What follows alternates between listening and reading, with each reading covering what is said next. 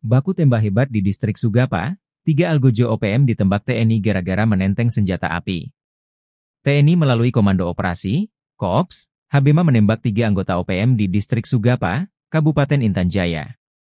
Ketiganya disebut anggota OPM di bawah pimpinan Apeniko Bogau. Panglima Komando Gabungan Wilayah Pertahanan, Pangkogab Wilhan, 3 kala itu, Letjen TNI Richard TH Tampu-Bolon mengatakan tindakan diambil setelah pihaknya sering menerima laporan warga akan ulah OPM.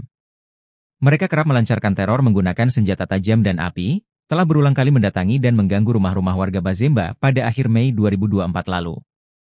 PM ini meminta secara paksa bahan makanan, hak milik warga, dan uang, bahkan tak segan menganiaya warga.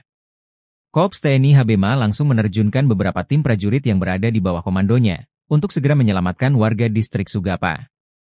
Melihat pergerakan prajurit TNI menuju kampung Bazemba, kelompok OPM mencoba melakukan penghadangan.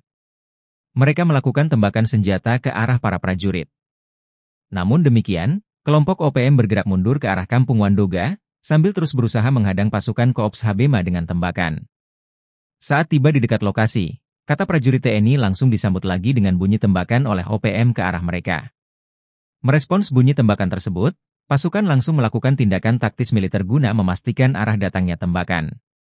Dari pantauan pasukan TNI, terlihat adanya 3 orang OPM yang membawa senjata beserta beberapa anggota OPM di dekatnya, kata Richard.